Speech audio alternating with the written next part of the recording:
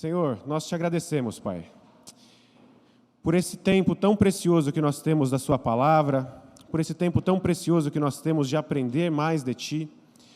Nós queremos, Senhor, colocar diante de Ti aqui as nossas vidas, queremos colocar as nossas expectativas aos Seus pés, Pai. Nós sabemos que nós estamos diante de homens que são falhos, sabemos, Senhor, que de nós mesmos não vem nada de bom, mas tudo aquilo que está dentro de nós, que provém do Senhor, é bom. Nós queremos te agradecer por essa palavra que será ministrada aqui hoje. Colocamos as nossas vidas diante do Senhor. Pedimos para que o Senhor unja os nossos olhos, nossos ouvidos, a nossa mente, os nossos sentimentos, que nós possamos compreender de fato aquilo que a Sua palavra quer dizer, que nós possamos sair daqui dessa manhã transformados pela Sua presença, modificados e moldados pelo Seu doce Espírito. É o que nós te pedimos em nome de Jesus. Amém. Glória a Deus. Meus irmãos, abram comigo, por favor, no livro de 1 Pedro, capítulo 1.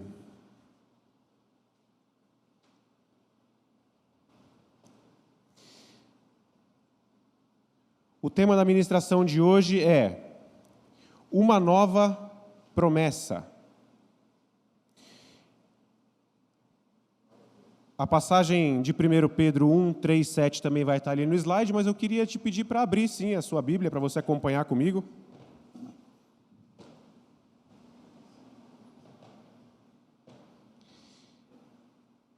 Quem achou, diga amém. Glória a Deus. E a palavra de Deus diz assim: louvemos ao Deus e Pai do nosso Senhor Jesus Cristo.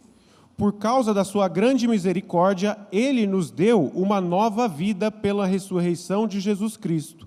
Por isso, o nosso coração está cheio de uma viva esperança, ou de uma esperança viva, dependendo da versão que você está usando. Assim, esperamos possuir as ricas bênçãos que Deus guarda para seu povo. Ele as guarda no céu, onde elas não perdem o valor e não podem se estragar nem ser destruídas. Essas bênçãos são para vocês, que por meio da fé são guardados pelo poder de Deus para a salvação que está pronta para ser revelada no fim dos tempos. Alegrem-se por isso, se bem que agora é possível que vocês fiquem tristes por algum tempo, por causa dos muitos tipos de provações que vocês estão sofrendo.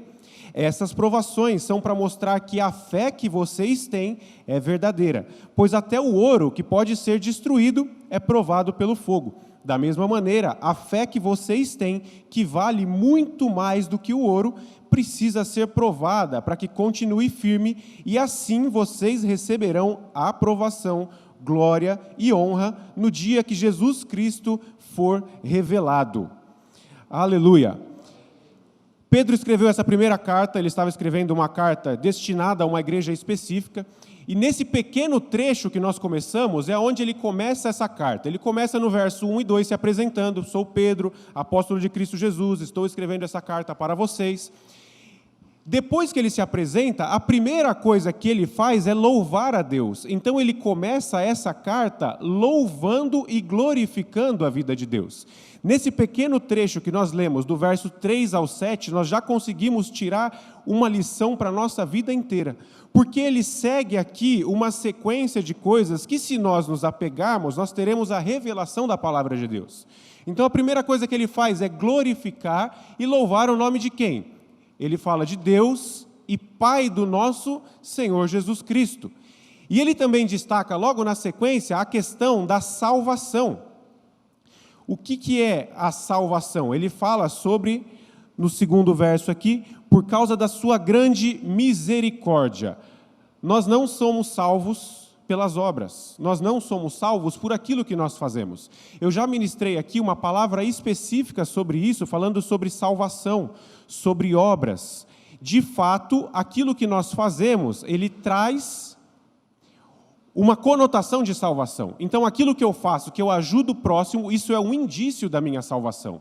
Então, a nossa salvação, aquele lugar para onde nós vamos voltar, na verdade, não é que nós estamos voltando para a casa do Pai, é pela graça e misericórdia do nosso Senhor Jesus Cristo, que entregou a vida dele por nós. Agora, se fosse pelas minhas obras, se fosse por aquilo que eu fazia, eu não conseguiria chegar ao céu. Eu não conseguiria ter a minha vida eterna e a minha salvação. Porque de mim, assim como eu orei, de nada é bom. Nada de mim sai bom. Ainda que as coisas que eu faço de bem não se compara àquilo que Jesus fez na minha e na sua vida. Não adianta eu fazer nada para que Deus olhe para mim e fale assim, isso daí que ele fez, agora sim mereceu a salvação. Isso daí foi bom, hein? Era para ele ter ofertado 2, ele ofertou R$5, ó, ganhou a salvação. Comprou um terreno no céu. Já ouviu falando que comprou um terreno no céu? E depois ele fala o que nos aguarda do futuro. Então ele falou primeiro que ele louva a Deus e Pai de Jesus Cristo, ele glorifica o nome dele e fala que a nossa salvação é mediante a misericórdia de Deus para as nossas vidas. E depois ele vem falando o que nos aguarda do futuro. Ele fala no verso seguinte, assim esperamos possuir as ricas bênçãos. No original, se você pegar a tradução aqui do grego, ricas bênçãos quer dizer herança. Então ele fala assim esperamos possuir as heranças que Deus guarda para o seu povo. Ele as guarda no céu, onde elas não perdem valor e não podem se estragar nem ser destruídas. Essas bênçãos ou essa herança são para quem? Para mim? Para vocês, para nós, que por meio da fé são guardadas pelo poder de Deus para a salvação, que está pronta a ser revelada no final dos tempos. Aqui ele está falando de promessa, meus irmãos. Uma promessa que Deus tem para nós é que, mediante a nossa fé e a misericórdia de Jesus, nós seremos salvos e teremos a vida eterna. Deus já prometeu algo para você e se cumpriu? Quem aqui tem promessa de Deus? Quem aqui Deus já falou? Sabe quando você sente e fala, e agora? Será que foi um pensamento meu ou será que foi Deus que falou comigo? Mas quando Deus fala com você, você tem uma convicção tão forte daquilo, que você fala, isso daqui é uma promessa de Deus para a minha vida. O irmão Nelson que subiu, cadê o irmão Nelson? O irmão Nelson que subiu aqui, da outra vez que ele fez o apoio, ele falou sobre a habilitação que ele tirou. Quantos anos você está, irmão? De 61, ele tirou a habilitação dele agora. É uma promessa de Deus para a vida dele. Não importa, se Deus te prometeu algo, Ele vai cumprir. O problema é que muitas vezes nós não temos paciência de aguardar isso daí. Às vezes Deus promete algo na nossa vida e a gente quer para ontem, quer para já. Tem um outro irmão de Carapicuíba também, que é o Rafael. Deus tinha prometido que ele seria pai. Eles ficaram anos e anos e anos, acho que eles estão casados há 15 anos, não sei. O Jimmy conhece, é lá da igreja de Carapicuíba, de Barueri. E eles vieram a ser pai agora, o filho deles fez 1 ano. Ela não podia, ela tinha uma série de doenças, todos os médicos que eles passaram falavam, você não pode ter filho, você não pode engravidar. E eles continuaram confiando na promessa de Deus. E ela se cumpriu. Então, se você tem promessa de Deus, se Deus te prometeu algo, você pode ter certeza, Deus não é homem para que minta. Ele vai cumprir essa promessa na sua vida. Você tem orado pelas promessas de Deus na sua vida? Nós precisamos, ainda que Deus prometeu algo para nós, colocar diante de Deus isso. Porque isso vai aumentar a nossa fé. Se Deus me prometeu algo e eu não tenho visto acontecer, eu preciso me derramar diante de Deus. Para que o tempo certo isso se cumpra na minha vida, mas para que a minha fé seja edificada. Porque eu posso muito bem esquecer. Deus me prometeu que vai fazer tal coisa. Mas eu não estou orando, eu acabei esquecendo e passou batido. Lá na frente, quando acontecer, você vai se lembrar, mas a sua fé não foi edificada. Talvez aquilo que Ele te prometeu já não tenha mais nem o mesmo valor para você. Talvez perdeu a graça. Por quê? Você não estava orando, você não estava buscando. Então, se Deus te prometeu algo, creia e ore, que Ele é fiel para cumprir as promessas das nossas vidas. E aqui Pedro continua. Na sequência, ele fala assim, alegrem-se por isso. Aí, aqui é um problema, hein? Porque ele estava falando coisas muito boas. Ele estava falando, louvemos a Deus, glorifiquemos o nome de Deus, as ricas bênçãos dos céus cairá sobre nós, nós herdaremos a herança dos céus, nós seremos salvos, alegrem-se com isso. Ainda que, porém, contudo, todavia, entretanto, pode ser que vocês fiquem tristes por algum tempo. E aí aqui ele está lá no alto e ele joga a gente lá para baixo, puxa assim, vem aqui para a realidade. E ele fala assim, alegrem-se por isso, se bem que agora é possível que vocês fiquem tristes por algum tempo, por causa dos muitos tipos de provação que vocês estão sofrendo. Aqui ele está falando sobre as provações que nós passamos no nosso dia a dia. Nós teremos a salvação, nós temos essa promessa de Deus, mas nós passaremos por provações. Nós passaremos por muitas dificuldades. E isso daí também é uma promessa de Deus. A Bíblia ela está recheada de promessas. Tem muitas promessas. Dentre elas, algumas não tão boas, que é que nós passaremos por provações. Talvez hoje você não está passando por nenhuma provação. Talvez hoje, graças a Deus, a sua vida está maravilhosa. Ou talvez não, talvez você está passando por alguma dificuldade hoje. Mas saiba que são provações temporárias. O próprio Pedro escreveu: alegrem-se, se bem que agora é possível que vocês fiquem tristes para sempre. Por algum tempo. As provações, elas são temporárias. Elas passam. Tudo na nossa vida é coisa boa, coisa ruim. Acontece, não acontece mais. E assim vai. Bom seria se a nossa vida fosse tudo indo bem, a gente subindo até que chegasse no céu. Mas infelizmente não é assim. Então Pedro fala que essas provações elas serão temporárias. Elas não serão para sempre. Mas nós temos a convicção de que Deus está nesse propósito. E Ele está cuidando de tudo. Nós sabemos que Deus tem nos dado estratégias para que nós possamos passar por esse tipo de provação. Então nós ficaremos tristes sim. Não é porque eu estou sendo provado, aquela música, vou passando pela prova dando glória a Deus. É muito difícil fazer isso, eu não sei vocês, eu acho muito difícil fazer isso. Ainda que nós precisamos nos alegrar. Nas provações é difícil a gente ter alegria, mas nós precisamos nos alegrar, porque muitas vezes as provações são para nos mudar, são para nos provar, são para nos testar, e grandes coisas que Deus faz é através da nossa provação. Para o povo chegar até a terra prometida, eles precisaram passar por onde? Pelo deserto. Eles passaram 40 anos no deserto para que eles pudessem chegar na terra prometida. Mas a nossa alegria não está nas coisas de bens, nas coisas de valor. A nossa alegria está na salvação. Lucas, capítulo 10, verso 20... Jesus ele estava separando os seguidores dele, e ele pegou 72 seguidores dele, e ele deu uma orientação para eles, e falou assim, eu vou separar vocês de 2 em 2, e eu vou mandar vocês para algumas cidades, para que vocês preguem o Evangelho, e preguem as boas novas. O Salvador chegou diante de vocês. E ele disse para essas pessoas, em meu nome, vocês colocarão as mãos sobre os enfermos, eles serão curados, expulsarão demônios em meu nome, proclamarão o Evangelho, acontecerá milagres e maravilhas. Então ele separou de 2 em 2 e mandou essas pessoas para que pudessem pregar o Evangelho. O Evangelho sendo pregado, aconteceram muitas coisas, e depois de algum tempo, esses seguidores voltaram, e eles alegres chegaram diante de Deus e falaram assim, Senhor, nós vimos milagres, nós vimos maravilhas, nós colocamos as mãos sobre os enfermos e eles foram curados, até os demônios se submetem a nós mediante o seu nome. Olha isso, até os demônios se submetem a nós através do seu nome. E aí Jesus falou assim, de fato eu vi quando Satanás caiu do céu, e eu vi tudo isso daí que vocês estão falando, eu sei que está acontecendo. Porém, muito maior, muito melhor do que expulsar demônios, é o nome de vocês está escrito no livro da vida.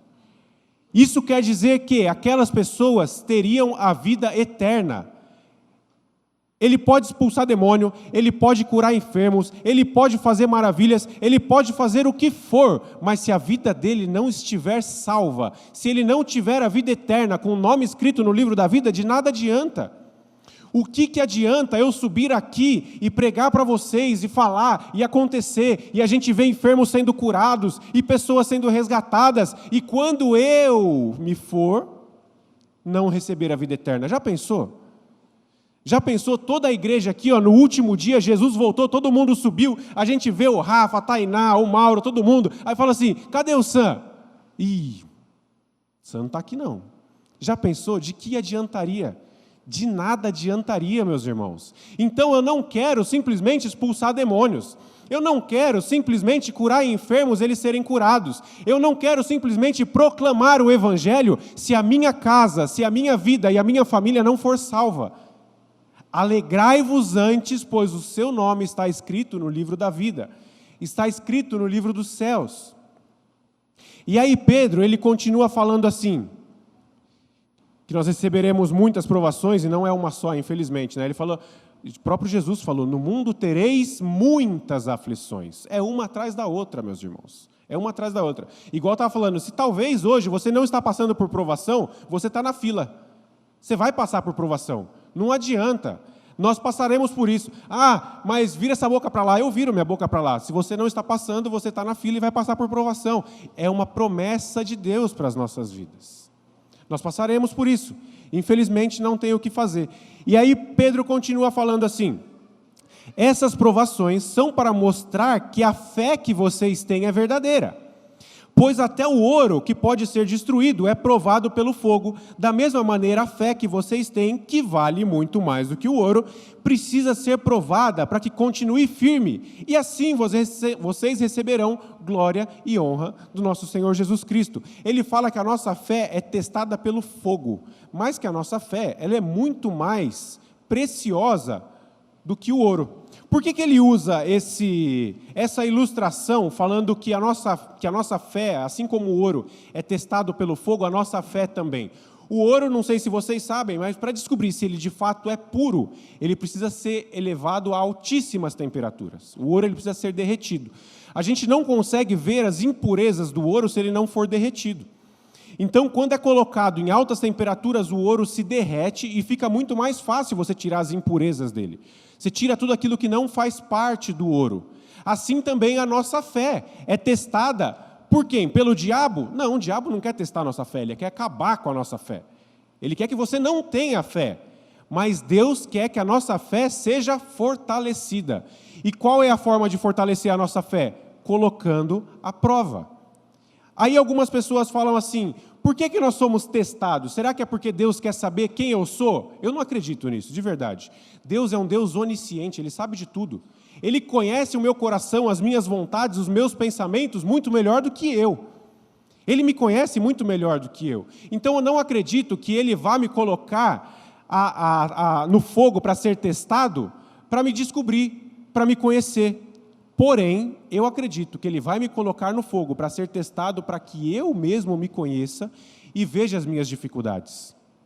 Eu preciso tirar de mim as impurezas. Eu preciso tirar de mim tudo aquilo que é ruim, tudo aquilo que não provém de Deus. E quando eu sou testado, meus irmãos, por exemplo, eu não gosto de trânsito. Graças a Deus eu moro hoje e trabalho perto, então eu não pego trânsito. Mas quando eu pegava trânsito, eu sou muito provado no trânsito. O trânsito parou, já perco a paciência. Eu não consigo ficar parado ali, vai, para. Mas é nessa hora que eu vejo que eu preciso melhorar. Como é que eu vou saber que eu preciso melhorar se eu não for testado? Se eu não pego o trânsito, eu não ia saber que eu precisava melhorar minha paciência no trânsito. É ou não é verdade? Talvez você tenha alguma área na sua vida que Deus está te testando para que isso seja revelado a você, não a Ele. Ele já sabe que você tem esse problema. Ele sabe de tudo. Então, quando Deus leva a nossa fé para ser testada no fogo, é para que nós saibamos quem nós somos, não para que Deus saiba quem somos nós. Além de o ouro ser purificado, eu não entendo muito de ouro, mas tem aquela questão de ouro 18 quilates, ouro 24 quilates, eu acredito que seja a questão do ouro mais puro, né? Então, para você purificar o ouro, é elevado em altas temperaturas. Só que depois que o ouro ele é derretido, é possível você moldar o ouro da forma que você quiser. Se você quiser fazer um colar, você precisa derreter o ouro. Se você quiser fazer um anel, você precisa derreter o ouro. Se você quiser fazer igual o nosso irmão lá, coloca lá o nosso amigo com os colares. Ele precisou derreter o ouro para fazer tudo isso daí. E é muito ouro que ele tem aí. Se é verdade, eu não sei, né? Porque, bom, é muito ouro. Mas depois que o ouro é derretido, você consegue moldar ele da forma que você precisa. Quando Deus nos coloca para ser testada a nossa fé, Ele está primeiro nos mostrando quem somos nós, fortalecendo a nossa fé e tentando nos moldar, assim como nós moldamos o ouro. E aí ele consegue extrair aquilo que é de melhor em mim. Primeiro ele tira aquilo que é de pior em mim, e ele extrai aquilo que é de melhor em mim. Então, se eu não tenho paciência no trânsito, e eu sei que eu preciso tratar isso, se eu tiver essa consciência de que Deus está me moldando, eu vou ser moldado. E eu vou melhorar naquela área. Diversas outras áreas. Cada um de nós aqui tem uma área que precisa ser moldado, que precisa tirar os carrapichos, precisa tirar as impurezas e precisa melhorar. Então, Deus ele está nos fortalecendo e nos moldando, segundo a vontade dEle.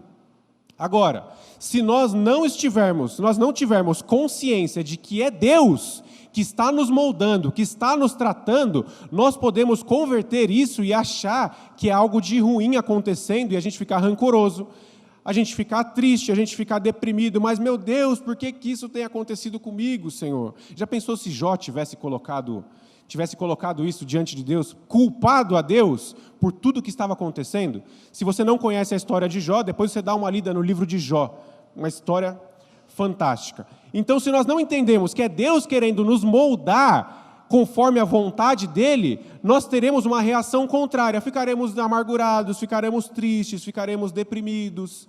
Então, nós temos que ter essa consciência. A nossa fé é testada, segundo Pedro fala aqui. E no final, ele fala assim, e assim vocês receberão a aprovação, a glória e a honra no dia que Jesus Cristo for revelado. Nós seremos glorificados e honrados pelo próprio Jesus. Não porque nós merecemos, mas pela misericórdia dEle, pela graça dEle, assim como foi falado no começo do texto. E aí, para exemplificar isso, eu quero falar de 3 pessoas que estão na Bíblia. Essas 3 pessoas se chamam Ananias, Misael e Zacarias. Quantos aqui já ouviram falar Ananias, Misael e Zacarias? Se você talvez não ouviu falar nesses nomes, Ananias, Misael e Zacarias, muito provavelmente você ouviu falar nos outros 3 nomes, que é Sadraque, Mesaque e Abidnego. Ananias, Misael e Azarias são nada mais, nada menos do que Sadraque, Mesaque e Abidnego. Por que mudaram esse nome? Coloca aí, Xande, nome. Sadraque, Mesaque e Abidnego. Rei Nabucodonosor, na época da Babilônia, trocou o nome dessas 3 pessoas, também inclusive trocou o nome de Daniel, tá? O nome do profeta Daniel também foi trocado. Mas essas 3 pessoas eram amigos de Daniel. Essas 3 pessoas andavam com Daniel, e o nome original deles era Ananias, Misael e Azarias. Só que daí o rei Nabucodonosor falou assim, aqui na Babilônia não. Aqui vocês não vão chamar isso daí. A partir de agora, o nome de vocês é Sadraque, Mesaque e Abidnego. Sabe por que o rei Nabucodonosor fez isso? O que significa o nome Ananias? Deus foi gracioso comigo. E o rei Nabucodonosor, ele era convertido? Ele adorava a Deus? Não. Então ele mudou o nome de Ananias, que é Deus foi gracioso comigo, para Sadraque, que significa inspiração ao Deus Sol. Assim também ele fez com os outros. O Misael, o significado do nome Misael é quem é como Deus. E ele mudou para Mesaque, que significa o que pertence à deusa Shechat, não sei. Essa daí. Azarias significa Deus é quem me ajuda. E ele mudou para Abidnego, que significa servo de Nego. Nego era um deus babilônio. Então vocês perceberam que ele mudou o nome das pessoas que adoravam a Deus para um nome de que adorava a um deus babilônio. Tirou completamente a glória de Deus o nome deles. Meus irmãos, a palavra de Deus diz que Deus nos conhece desde o ventre da nossa mãe. E Ele não nos chama por apelido, mas Ele te chama pelo seu nome. Não importa se durante toda a sua vida você já foi taxado como perdedor. Não importa se alguém já falou para você que você não conseguiria, que você era isso, que você era aquilo. Deus, Ele te chama pelo seu nome. Amém? E eu quero que vocês repitam comigo uma frase que eu aprendi no início da minha conversão e que isso falou muito comigo. Fala assim comigo: eu sou quem a Bíblia diz que eu sou. Eu tenho o que a Bíblia diz que eu tenho. E eu faço o que a Bíblia diz que eu posso fazer. Não importa, meus irmãos, se trocaram o seu nome, se fizeram você se sentir a pior pessoa do mundo, se fizeram você, talvez, cair em algum pecado, que esse pecado adorou a Satanás, Deus conhece o seu nome e o seu coração. E assim foi com Sadraque, Mesaque e Abidnego. Trocaram o nome deles, mas mesmo assim eles não caíram em tentação e não adoraram outros deuses. Essa história que eu vou ler agora está descrito lá em Daniel 3. Se vocês quiserem acompanhar pelo slide, está aí também. Daniel 3, nós vamos ler aqui do 13 ao 30, tá? Eu vou ler bem rapidinho. Fala assim: ao ouvir isso, Nabucodonosor ficou furioso e mandou chamar Sadraque, Mesaque e Abidnego. Eles foram levados para um lugar onde o rei estava, e ele lhes disse: é verdade que vocês não prestaram culto ao meu Deus, nem adoraram a estátua de ouro que eu mandei fazer? Pois bem, será que agora vocês estão dispostos a ajoelhar e adorar a estátua, logo que os instrumentos musicais começarem a tocar? Se não, vocês serão jogados na mesma hora numa fornalha acesa. E quem é o Deus que poderá os salvar? Sadraque, Mesaque e Abidnego responderam: ó rei, nós não vamos nos defender, pois se o nosso Deus, a quem nós adoramos, quiser, ele poderá nos salvar da fornalha e nos livrar do seu poder, ó rei. E mesmo que o nosso Deus não salve, o Senhor pode ficar sabendo que não prestaremos cultos ao seu Deus, nem adoraremos a estátua de ouro que o Senhor mandou fazer. Ao ouvir isso, Nabucodonosor ficou furioso com os 3 jovens, e vermelho de raiva, mandou que se esquentassem a fornalha 7 vezes mais do que de costume. Depois mandou que os seus soldados mais fortes amarrassem Sadraque, Mesaque e Abidnego e os jogassem na fornalha. Os 3 jovens, completamente vestidos, com seus mantos, capas, chapéus e todas as outras roupas, foram amarrados e jogados na fornalha. A ordem do rei tinha sido cumprida e a fornalha estava mais quente do que nunca. Por isso, as labaredas mataram os soldados que jogaram os 3 jovens lá dentro, e amarrados, Sadraque, Mesaque e Abidnego caíram na fornalha. De repente, Nabucodonosor se levantou e perguntou, muito espantado, aos conselheiros: não foram 3 homens que amarramos e jogamos na fornalha? Sim, senhor, responderam eles. Como é então que eu estou vendo 4 homens andando soltos dentro da fornalha? Perguntou o rei. Eles estão passeando lá dentro sem sofrerem nada, e o 4º homem parece um anjo. Aí o rei chegou perto da porta da fornalha e gritou: Sadraque, Mesaque e Abidnego, servos do Deus Altíssimo, saiam daí e venham para cá. Os 3 saíram da fornalha, e todas as autoridades que estavam ali chegaram perto deles e viram que o fogo não havia feito nenhum mal a eles. As labaredas não tinham chamuscado nem um cabelo da sua cabeça, e suas roupas não estavam queimadas, e eles não estavam nem com cheiro de fumaça. O rei gritou: que o Deus de Sadraque, Mesaque e Abidnego seja louvado. Ele enviou o seu anjo e salvou os seus servos que confiam nele. Eles não cumpriram a minha ordem, pelo contrário, escolheram morrer em vez de se ajoelhar e adorar um Deus que não era deles. Por isso ordeno que qualquer pessoa que seja qual for sua raça, nação ou língua, que insultar o nome de Deus de Sadraque, Mesaque e Abidnego, seja cortada em pedaços, e que sua casa seja completamente arrasada, pois não há outro Deus que possa salvar como este. Então o rei Nabucodonosor colocou os 3 jovens em cargos ainda mais importantes da província da Babilônia. Meus irmãos, essa história, ela me marcou de tal forma que eu lembro que uma vez eu estava pregando para minha mãe e meu irmão, e eles ainda não são convertidos, infelizmente, e eu estava falando sobre os muçulmanos que te obrigam a negar a Jesus, senão você morreria. E eu estava falando sobre isso com ela. E ela falou assim: ué, é simples, é só negar na frente deles e depois você volta para a igreja.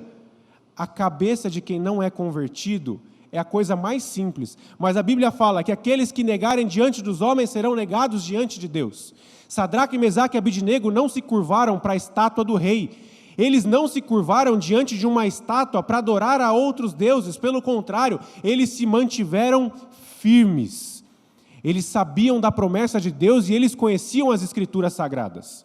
O livro de Isaías, Isaías foi um dos profetas maiores da Bíblia. Quando nós falamos de profetas maiores, são profetas muito importantes. Havia sido escrito 120 anos antes desse acontecimento. E lá no livro de Isaías 43:2 diz que quando nós passarmos pelos rios, nós não nos afogaremos. E se nós passarmos pelo fogo, nós não nos queimaremos. A palavra de Deus, ela nos garante que Deus está cuidando de nós. Mas assim como Sadraque, Mesaque e Abidnego falou assim, se Deus quiser nos livrar, Ele pode e Ele vai nos livrar. Mas se Ele não quiser nos livrar também, eu não estou nem aí. Eu vou para a fornalha e vou morrer por Ele. Existe uma música que fala, se Deus fizer, Ele é Deus. E se não fizer, Ele continua sendo Deus. Não importa as minhas vontades, não importa aquilo que eu quero. O que importa é o que Deus quer e planejou para a minha vida. Então Sadraque, Mesaque e Abidnego não se renderam e não se ajoelharam diante de uma estátua, ainda que a vida deles estava completamente em risco. E quando eu falo que lá em Isaías 43 está escrito que o fogo não nos queimará, é óbvio que eu não vou pegar a minha mão, vou acender o fogão e vou colocar no fogo para ver se é verdade. Deus vai deixar queimar só para eu aprender a não ser bobo, para não falar outra coisa. Você está louco? Lógico que vai queimar. Quando Isaías escreveu que o fogo não nos queimaria, que o rio não nos afogaria, ele estava querendo dizer que Deus está cuidando de tudo. Deus tem tudo na palma da sua mão. Ele tem o controle de todas as coisas. Quando o nosso coração está voltado para Ele, quando nós temos essa convicção de quem é o nosso Deus, Ele faz e Ele acontece. Independente das circunstâncias. Os 3 literalmente foram jogados no fogo, mas nós passamos por provações que, num sentido figurado, estamos sendo lançados no fogo. Quando alguém faz alguma proposta, quando o mundo faz alguma proposta para nós, que talvez vai até nos beneficiar, só que não é da vontade de Deus, e nós vamos lá e mesmo assim fazemos. Nós estamos entrando no fogo. Agora, quando o mundo faz uma proposta para nós e nós recusamos por amor a Deus, Deus nos livra daquilo. Quando você, por exemplo, na escola, deixa de colar, quando no seu trabalho você faz o seu trabalho bem feito, quando na sua empresa você paga os seus impostos, várias coisas podem acontecer que podem nos facilitar o caminho, mas que não são coisas de Deus. Isso daí nós estamos indo direto para a fornalha, meus irmãos. Nós estamos querendo nos queimar. Então, a vida do crente, ela não é só vitória. A gente não anda de vitória em vitória, de glória em glória. Já viram aquele pastor que falou assim, quando eu me converti, falaram que eu não ia sofrer, me falaram que eu não ia chorar, falaram que eu ia andar de vitória em vitória e de glória em glória. Mentiram. É mentira, meus irmãos. Nós não vamos andar só de vitória em vitória, nós não vamos andar só de glória em glória, pelo contrário, nós passaremos por muitas provações em muitas áreas e todos os dias, até que o nosso Senhor Jesus Cristo volte e nós sejamos aprovados e glorificados junto com Ele. E eu creio, em nome de Jesus, que esse tempo não está longe, de verdade. Todas as pregações, vocês podem ver que eu tenho falado isso. Eu creio de todo o meu coração que a volta de Jesus está próxima. E é fato. Eu posso falar que está mais próxima do que nunca, é óbvio, a gente está cada dia um dia menos. Mas eu creio de todo o coração que a volta de Jesus está próxima. E nós temos que nos preparar para receber o noivo. A palavra de Deus diz que as noivas foram no encontro ao noivo. Algumas levaram somente o candeeiro, somente a vela, mas não levaram azeite para colocar nele. E o noivo demorou para chegar. E a vela delas apagaram. E elas falaram para as outras, me empreste um pouco do seu azeite para eu colocar. E elas falaram, não. Você não se preparou. E a volta do nosso noivo está próximo. Quando elas saíram para comprar mais azeite, que elas voltaram, o noivo já tinha vindo, já tinha levado aqueles que se prepararam. Meus irmãos, o dia é hoje. O dia é agora. Nós temos que andar no sentido figurado com azeite e a vela na nossa mão. Porque se Jesus voltar hoje, nós estamos preparados? Se Jesus voltar agora, nós vamos subir? Quando nós falamos isso, meus irmãos, não é para colocar medo, não é por nada, é para nos preparar para a volta de Jesus. Eu não estou aqui para passar meus dias, eu não estou aqui só para trabalhar, eu estou aqui esperando a volta de Jesus. E eu sei que Ele vai voltar. Essa vida que nós estamos vivendo aqui não é nada comparado à vida eterna que Deus tem preparada para nós através da sua misericórdia. Nós vamos viver a eternidade do lado de Jesus. Nós vamos poder dar um abraço em Paulo. Nós vamos poder dar um abraço em Pedro, que escreveu essa carta que nós lemos, em Daniel, que profetizou. Meus irmãos, nós vamos passar a eternidade andando em ruas de ouro. O ouro é a coisa mais valiosa que tem aqui, a gente vai pisar nele, porque ele não vai valer nada lá em cima. E quantas vezes a gente fica correndo atrás do ouro aqui embaixo, sendo que a gente tem que olhar lá para o alto e ver a nossa vida eterna. Não deixe que as pequenas coisas do dia a dia atrapalhem e tire a sua salvação. Nós precisamos estar com os nossos olhos fitos à salvação. E quando nós sabemos qual é a nossa recompensa, acaba se tornando até mais fácil. Porque se eu não sei que eu preciso me santificar e largar os meus pecados para a misericórdia de Deus cair em nossa vida e eu ser salvo, fica mais difícil de eu tentar me santificar e tirar as impurezas de mim.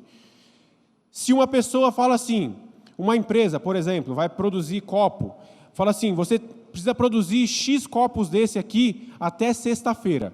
Se você produzir 100 copos desse aqui na sexta-feira, você sai mais cedo, na sexta.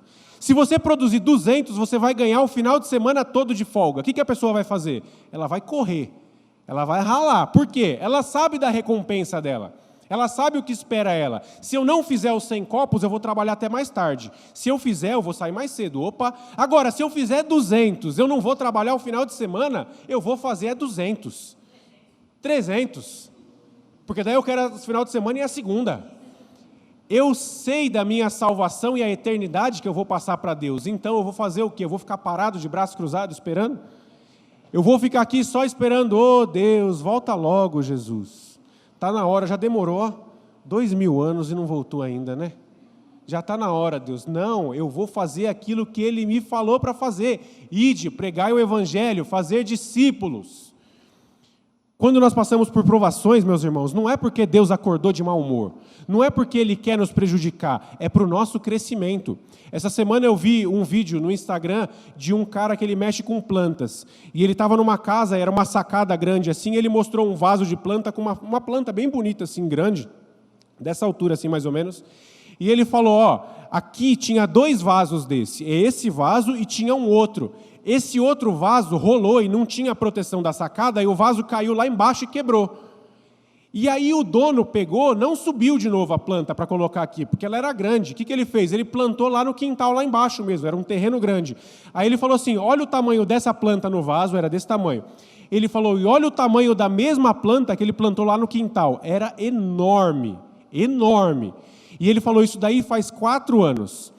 E aí ele trouxe uma reflexão. Ele falou assim, muitas vezes nós passamos por situações que é para o nosso bem e para o nosso crescimento. Se essa planta não tivesse caída daqui, ela não teria crescido, e ela estaria do mesmo jeito que está a outra planta lá, há 4 anos atrás está do mesmo jeito. Então talvez você perdeu o seu emprego. Talvez aconteceu alguma coisa que te deixou muito chateado. Pense que isso pode ser um livramento de Deus e um crescimento para a sua vida. Recentemente, lá na empresa, nós perdemos um funcionário. E eu confesso que eu fiquei alguns dias bem triste, assim, pensativo, sabe? E eu fiquei pensando, Senhor, logo agora, as coisas não estão fáceis, a gente perde um funcionário, vai ser difícil repor e tal. E um dia eu estava lá na empresa, estava limpando e tal, e eu parei de frente de onde ele trabalhava, o Espírito Santo me falou isso daí. Essa vai ser mais uma fase que você vai passar dificuldade, mas que eu vou te suprir. Por incrível que pareça, a gente ficou 15 dias sem esse funcionário. Desses 15 dias, o nosso faturamento não caiu e ele mandou um outro colaborador que começou a trabalhar com nós lá agora. Uma pessoa de Deus também, uma pessoa temente a Deus também. Inclusive, eu não sabia, mas ele é membro da Paz Barueri. Eu entrevistei ele no dia lá, ele falou, eu sou da Paz. Aí ele falou assim, eu sou da Igreja da Paz. Aí eu falei, da Paz? Ele, da Paz e Vida. Eu falei, da Paz e Vida? Ele não é Paz e Vida, é Paz Church, mas ninguém conhece por Paz Church, então eu falo Paz e Vida. Eu falei, são 2 diferentes, mas você é da minha igreja. E aí nós ficamos sabendo disso. Então, assim, há certas coisas que acontecem em nossas vidas para o nosso próprio crescimento. Só que a gente não enxerga isso.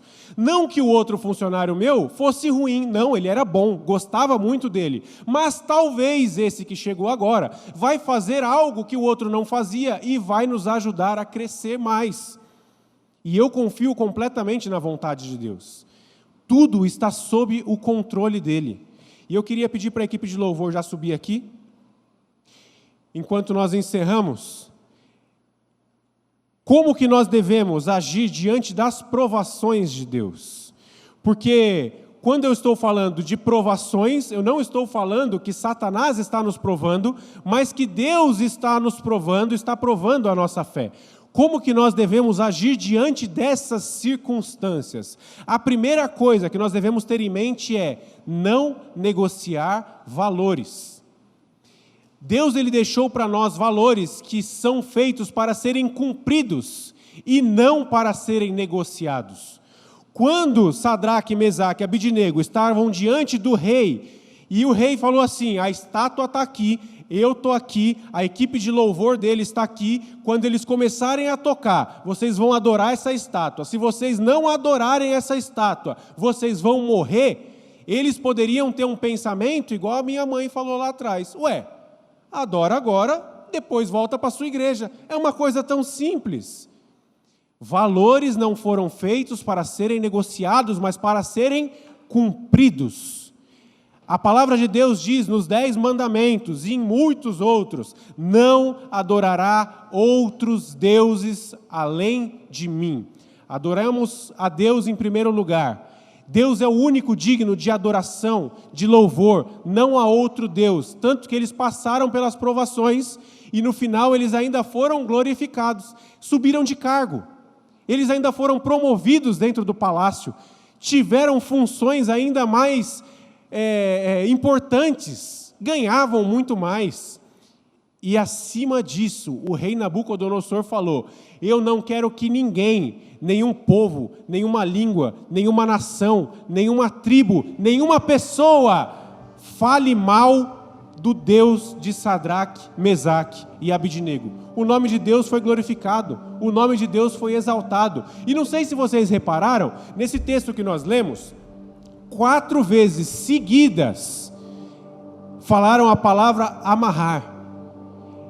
Pegaram os soldados mais fortes e amarraram Sadraque, Mesaque e Abidnego. Eles foram amarrados e jogados na fornalha. Amarraram Sadraque, Mesaque e Abidnego e eles caíram amarrados na fornalha. Não foram 3 homens que nós amarramos, os 3 estavam amarrados. Mas o que o rei Nabucodonosor fala logo na sequência? Não foram os 3 que nós amarramos? Por que eu estou vendo eles lá soltos? Todas as vezes que eu via essa pregação, que eu ouvia essa palavra, ou que eu lia esse texto, eu imaginava que o fogo não tinha queimado absolutamente nada deles. Porque eu via essa passagem que falava que o fogo não chamuscou nem o cabelo deles. A roupa deles estavam do mesmo jeito. Eles não tinham nem cheiro de fumaça. E eu falava, o fogo não queimou nada. Eu estava enganado. O fogo queimou as amarras dele.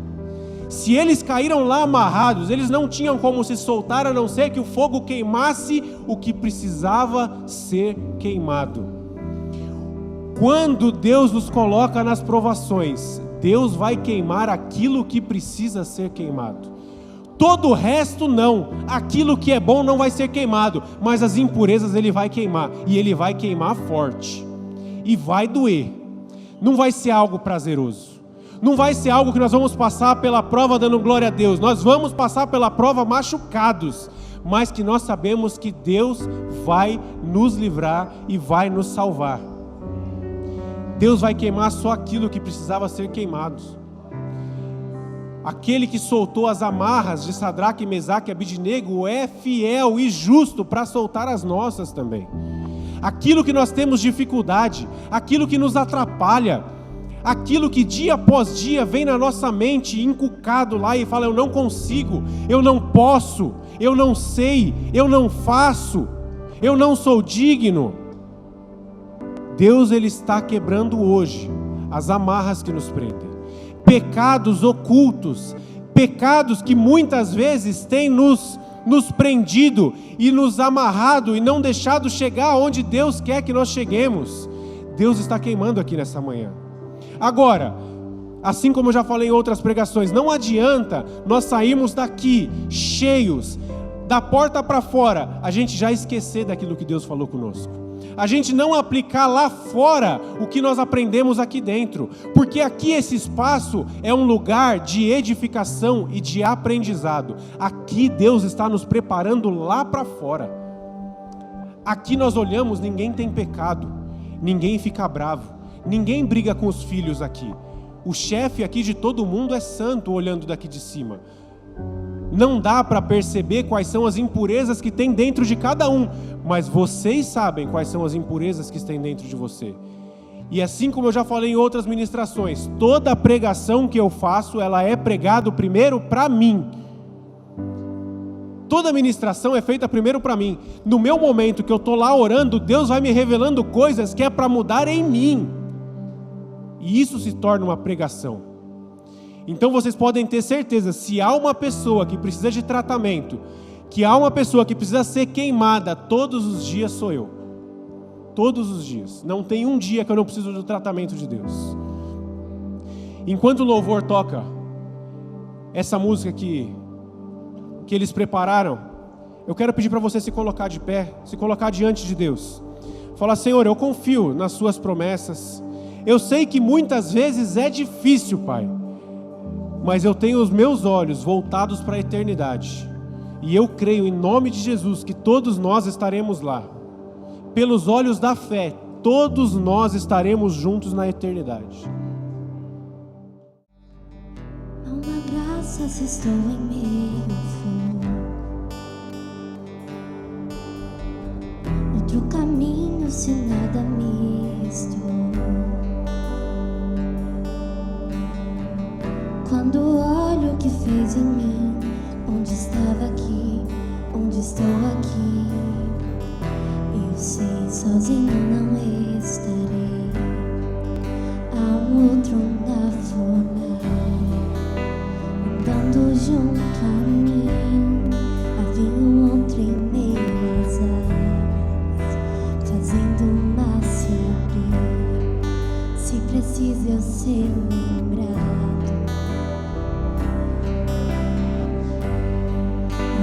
cruz que mostra o preço que Jesus pagou por mim. Há um outro na fornalha,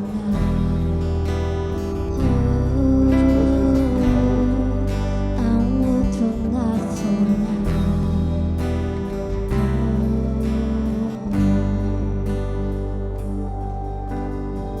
Sobre as águas está o meu passado. Mas o pecado vai me escravizar. Se tropeçar no meu caminhar, me levantarei, eu persistirei. Sigo em frente ao mundo, eu não vou me prostrar. Eu sei, sozinho não estarei. Há um outro na fornalha, andando junto a mim. Havia um outro em meio às águas, fazendo o mar se abrir. Se preciso ser lembrado, como fui liberto em ti. Há uma cruz que mostra o preço que Jesus pagou por mim. Há um outro na fornalha, há um outro na fornalha. Isaías capítulo 43, versos 2 e 3 diz assim: quando você atravessar águas profundas, eu estarei ao seu lado, e você não se afogará. Quando passar pelo meio do fogo, as chamas não o queimarão, pois eu sou o Senhor, Deus Santo de Israel. Senhor, nós te agradecemos, Pai. Nós te agradecemos, assim como nós lemos na carta de 1 Pedro, primeiramente pela sua misericórdia sobre as nossas vidas. Te agradecemos, Senhor, porque o Senhor tem nos dado graça suficiente. O Senhor tem nos levado junto ao Senhor, e nós cremos que pela sua graça e misericórdia nós estaremos contigo nos céus, Pai. Nós cremos, Senhor, que o nosso nome está escrito no livro da vida, e não há nada, Senhor, nessa terra que seja mais valioso do que a nossa salvação. Nós cremos, Senhor, na sua graça e misericórdia. Nós te louvamos pela sua presença em nossas vidas. Eu oro, Senhor, em nome de Jesus, para que o Espírito Santo venha nos guiar a cada passo, para que o Espírito Santo venha nos provar com fogo, para que nós possamos descobrir aquilo que nós temos que ser tratados. Senhor, mas nós oramos também, assim como diz no livro de Isaías 43, para que o Senhor não se aparte de nós quando nós estivermos passando pelos rios, quando nós estivermos passando pelo fogo, Pai. Nós oramos para que a presença do Senhor não se aparte de nós nos momentos de dificuldade, para que o Senhor venha com o seu vento suave, para que o seu Espírito Santo do Senhor venha nos preenchendo, levando sobre Ti todas as nossas dores, enfermidades, Senhor. Nós oramos, Pai, para que a presença do Senhor esteja sobre nós todos os dias.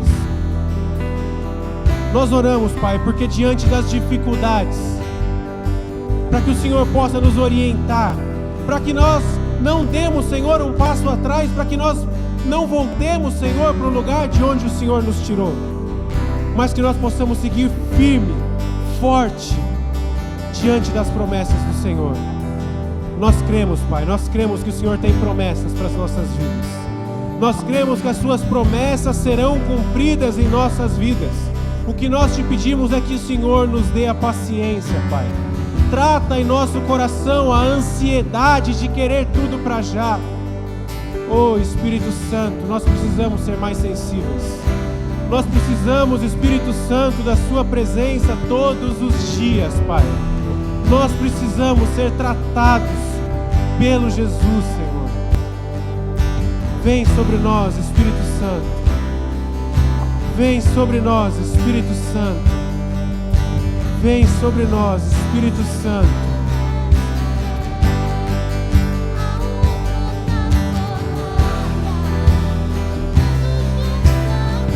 Nós não estamos sozinhos.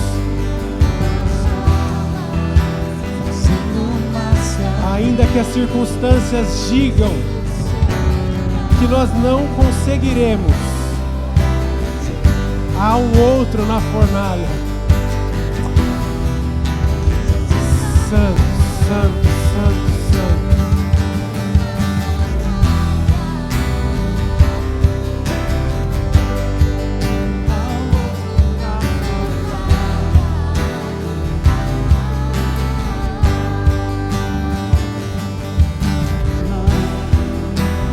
Andando junto a mim, ao outro em meio às águas, fazendo massa abrir.